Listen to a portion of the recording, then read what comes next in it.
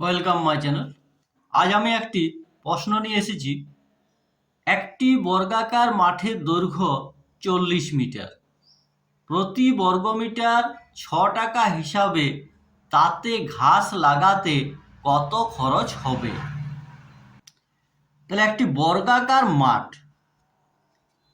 বর্গক্ষেত্র সবাই জানো চারদিকে সমান হয়।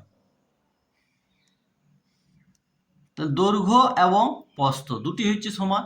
তাহলে এই বর্গক্ষেত্রের মধ্যে যদি ঘাস লাগাতে হয়, ঘাস তো লাগে ভিতরে, এই চারধারে তো লাগছে না, তাহলে ঘাস লাগবে এইখানে। অর্থাৎ আমাদের প্রথমে বর্গক্ষেত্রের এই যে মাঝের অংশ, এই মাঝের অংশটাকে বার করতে হবে।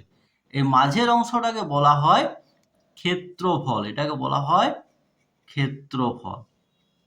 তাহলে এই প্রশ্নটি করার জন্য আমাদেরকে বর্গক্ষেত্রের ক্ষেত্রফলের সূত্রটি জানতে হবে। সূত্রটি হলো বর্গক্ষেত্রের ক্ষেত্রফল সমান বাহু গুণিত বাহু বর্গ একক। তাহলে আমাদের ঘাস লাগার জন্য প্রথমে আমাদেরকে বার করতে হবে বর্গক্ষেত্রটির ক্ষেত্রফল। তাহলে অতএব বর্গাকার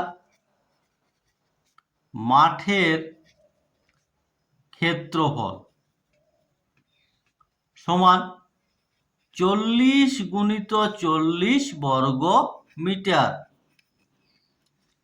সমান 4 4 16, 1600 বর্গ মিটার।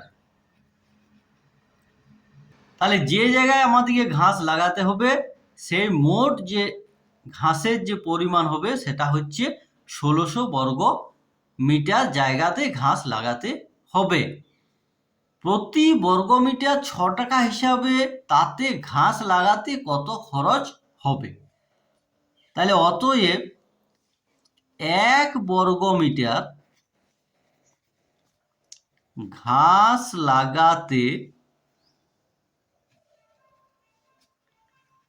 খরচ হয় 6 টাকা।